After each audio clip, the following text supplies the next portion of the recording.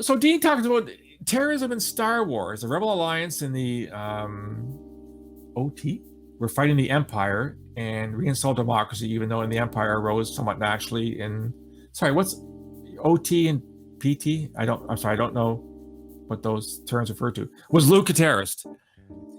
Well, technically, because Luke was, of course, he had original trilogy. Thank you. This just shows how old I am, guys. I don't know some of these newfangled terms you young people are using. Technically, Dean, yes, original and prequel. Now I get it. Thanks, JB. Technically, Luke was, he's part of the Force, right? And the Force is kind of like a religion, which means it's kind of like an ideology. And he used violence. I can tell you the Galactic Empire would call Luke and his buddies terrorists because they're using violence, i.e. the Force, and labor, labor. Labor, labor is a cross of laser and saber, okay? Lightsabers. God, I'm losing it. So yeah, I think that Luke Skywalker could in fact have been a terrorist. But Aaron says Luke was a freedom fighter. Here we go. One man's freedom fighter, another man's terrorist. Depends on where you want to look at things. Okay, Aaron's still stuck on Star Wars. Luke didn't go around killing unarmed civilians. Well, didn't he? When the Death Star was blown up there, Aaron, in the end of the Star Wars OT first movie, weren't a lot of those guys unarmed? Those guys with the big black helmets, and they were sitting in the computers in the control room driving the ship. They weren't armed. I don't think that they were military. I think they were civilians. So yeah, Luke, the hero, Luke Skywalker, in the TIE, not the TIE fighter. What the hell are those jets called again?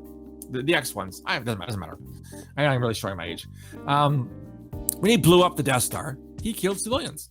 So there. So yeah, he's a terrorist. Solved. Okay, Aaron, can we agree that the destruction of Alderaan was state-sponsored terrorism? Yes, we can. And I did do a video on it. Yes, I forgot when I did it on it, but I did do a video on that. You're right. That's true. I'm pissing off all the Star Wars fans. Yes, the Death Star was a huge space weapon, but of course they were armed. Okay, guys, whatever. Yusuf said he thinks the Death Star janitors were unarmed. I agree. So they were civilians. But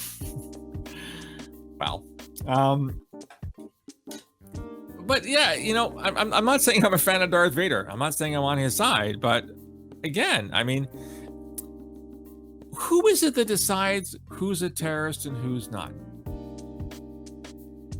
States decide that. States have lists. United Nations has a list. United Nations consists of states.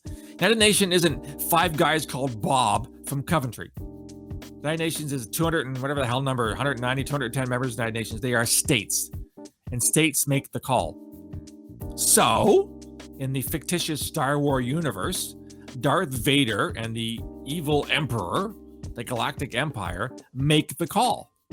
Ergo, therefore, Luke Skywalker and all the rest of them were terrorists.